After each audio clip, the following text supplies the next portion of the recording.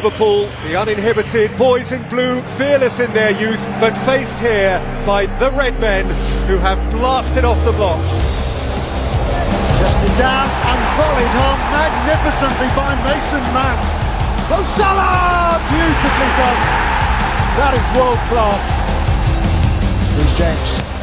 Abraham waits. The young guns to the fore again for Chelsea.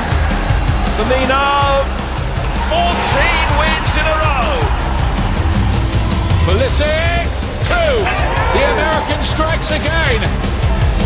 Liverpool's return to Anfield, albeit empty, is triumphant. There's Reece James, going to try his luck. Oh, what a goal from him. Hit by Salah! The champions are on their way. Huge game, Raf. Looking forward to it. Off air, we were talking about how Chelsea done last year. I used the words, I thought Chelsea done amazing. Losing Hazard, couldn't buy any players. I thought Frank done amazing. You slightly disagree? Yeah, I mean, using the word amazing is a bit like saying Leeds had the best ever performance of a newly promoted side. It's just You've had time to think about that. It's just a bit exaggerated. I think they did really well. Of course, the top four is going to be really difficult for them. They did it. You have to give Frank Lampard and the team a lot of credit for that. But they didn't exceed expectations by a margin of, suddenly being in contention for the league or going far in the Champions League or winning any of the cups. So let's just keep this into perspective. Oh, they do. Come on, they did do any. Come on. Well, I think if you look at the teams that didn't make the top four, like Arsenal, who, have this great manager and Arteta had the chance to buy players, Chelsea, for me, have exceeded expectation. Yeah. And you think now it's like, well, what does Frank Lampard do now? What is the next step? Because he's already sort of got into the top four. Is he going to win the league? No. But I think certainly getting closer to Liverpool, which is what City would want to do. I think I like Frank Lampard. I like the way he's going about it. I think he's put pressure on himself now in bringing these players in. But if you look at the sort of front six for Chelsea, it's better than it's as good as any other team in the league. What did you make of their start to the season then, Rafa? Because they got the result at Brighton, but some Chelsea fans are actually disappointed with their performance overall. Well, I think that a little bit of extra. They had a bit more resilience about them, and they went on to win this game. And I think if you're not 100% convincing, but you go on to win a game, that is always a really good sign for any side, because you know that this Chelsea team can still play a lot better. The only thing I would say about Chelsea watching that game is they've now brought a forward in, Werner, who, is great technically. He's quick as well. There was a lot of long balls up to him. He said it, didn't he? I've never played against big defenders like this. I think Chelsea need to change the way they play with their forwards. They're used to a Giroud, a Drogba. He's not that player. So I think tactically they need to sort of figure out how they're going to get the best out of a forward like Werner, who's not going to be sort of get on a flick-ons. And that's the one thing I noticed. There's still a lot of long balls up to the forwards that they need to change. They need to bring in the Pulisic, the Havertz, the Ziyech's and create more sort of clever play rather than sort of being more a direct team. So how did Leipzig get the best out of Werner then? And, going to Andy's point there, how do you get the best out of him and Havertz? Well, this is a really interesting question, because some people in Germany think that Werner is best when he plays as a second striker, slightly on the left, off a more orthodox target man.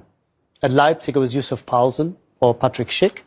At Chelsea, it could be Giroud, or even Tammy Abrahams. But at the moment, that's not the system that they play. But I think we see a lot of fluidity in the system. I think, having spoken to Werner a few days ago, the idea is that he's not going to be in one position necessarily throughout the season, that Chelsea, with all the amazing talent that they have up front, will find different solutions, different formations according to the needs of any game.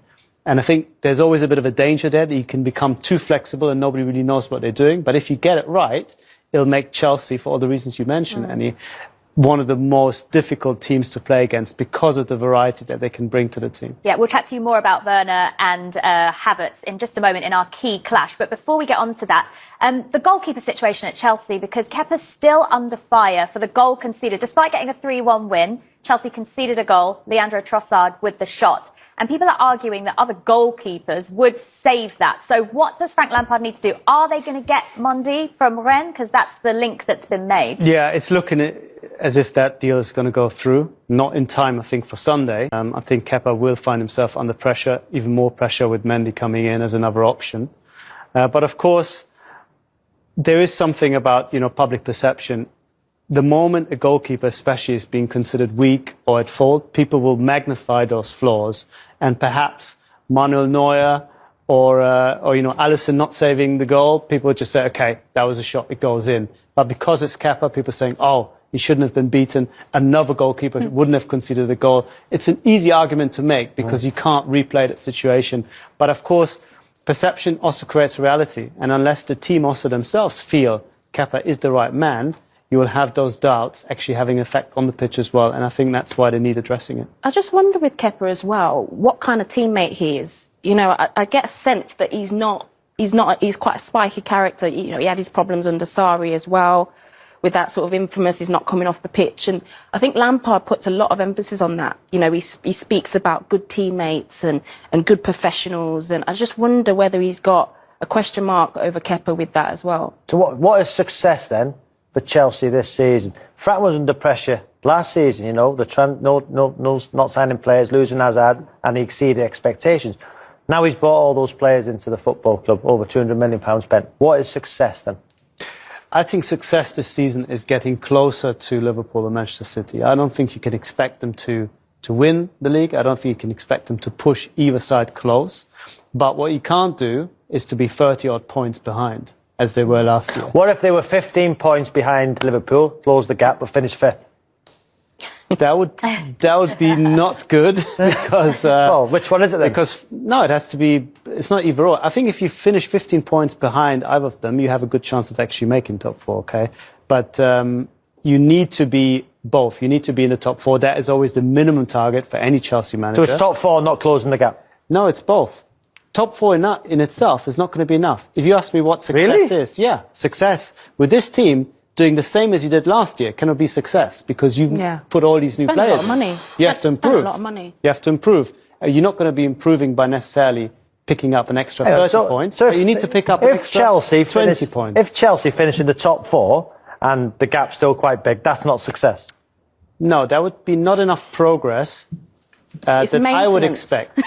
It's maintenance of success. Yeah. Because as I said, I think that's plateauing. You want to so if they finish above Arsenal, who've just won 2 trophies under Arteta, doing exceptionally well. If they finish above Spurs, who look like they're going to get Gareth Bale, with Harry Kane. If they finish above a fantastic Wolves side, Everton, who have bought well. If Frank finishes in the top four this season, that's not success. If they're 30 points behind Liverpool or Manchester City. But does it matter how far points if you get a top four? No, it does, because they're spending all this money not to consolidate top four position. Chelsea are spending this money to be, once again, real contenders. And Lampard needs to show that he can take this team forward. Just doing the same with all these new players as he did last year when he didn't have those players, that's not going to be considered a success. The debate has begun. Good. I like it. All right, Chelsea have some big new names, as we know, for this game, and their German double act are ready to take on Liverpool's defence in our key clash this week. Are Chelsea's new German recruits settling in? We can hear from one of them now, Timo Werner, who sat down to meet the media earlier this week. Yeah, first I think to achieve with Chelsea, I come here to win titles. Of course, Chelsea is a big club. It's a club who always want to win. And for me, I'm a player, I always want to win every game. I'm looking forward to the game because, you have a lot of good teams, but I think you have with Liverpool one of the best teams in the world, and they win the league last year, and they have the same team as last year, so they would be strong as last year. So it would be a really good challenge for us.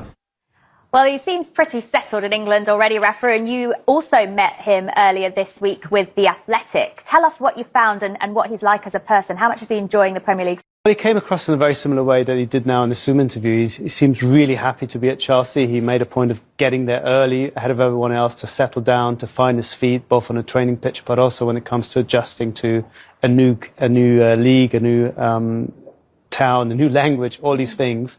And he seems just very happy. I think he feels that he's at a place that is exciting. I think that youthfulness, that sense of a team growing together, going forward, creating something new is something that's hugely appealing, not just to him, but also to Kai Havertz, who, of course, had Werner as the pioneer, if you will, and perhaps made it easier for him to then make that decision, knowing Werner had already gone there. But a player, I think, who relishes the opportunity to show what he can do. I mean, there is, underneath that really easygoing, smiling demeanour, there is a pretty hard-nosed, tough, very, very driven, very ambitious player who's not always chosen the easiest route when it goes to, you know, how he plays, the kind of club he chooses. And I think he is absolutely keen to show that in the Premier League. What qualities do the likes of Havertz and Werner have then that Chelsea were perhaps missing last season? Well, two very different players. I think what Werner will bring is that third, final efficiency, the finishing, the movement. His goals went through the roof last year, went to another level. He's got the kind of pace, the kind of attributes that, especially in the Premier League, where games tend to stretch a little bit towards the final stages of a game, is going to be absolutely key. Everybody wants to have a fast centre forward. I mean, it's a given. With Havertz, I think it's a little bit different. Havertz almost, I think, will be, I don't want to say tasked with slowing things down, but I think his main mission is to find solutions in smaller spaces.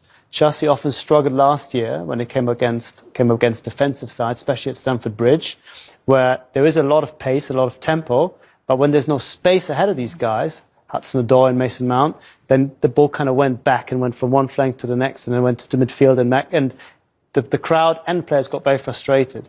Havertz has this ability to play between the lines, find spaces, find the final ball, join up with attack. And I think, especially at home against those kind of sides, he will solve a problem that Chelsea saw last season. And what about Thiago? Looks like a lot of criticism for Liverpool on the opening day. Conceding 3, but they won the game. They got criticised. It looks like they're bringing in Thiago. What a player! Yeah, I mean, a player that is obviously well-renowned, has done so much at Munich. I quite like Liverpool's transfer policy, actually, because it's not always about adding lots of players. We saw it. Klopp really believes in his team. This team is one of the best teams in the world, if not the best team in the world. You don't always have to add. It's about that continuity. But Thiago will come in.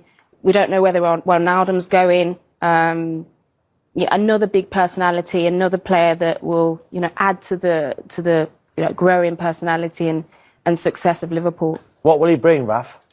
I mean, he'll bring a lot of things that this Liverpool team perhaps are a little bit short on, which is the midfield. The ability to pick a pass in the final third, the ability to dribble past players. He's one of those midfielders who plays at times like a winger because he just manages through his technique to just walk or run past players in midfield, and that opens up the space immediately. His passing range is superb. He's easily the most gifted of those midfielders. Is he a 6 or an 8 or both? He wants to be a 10. He wants to be a 10. He can do anything.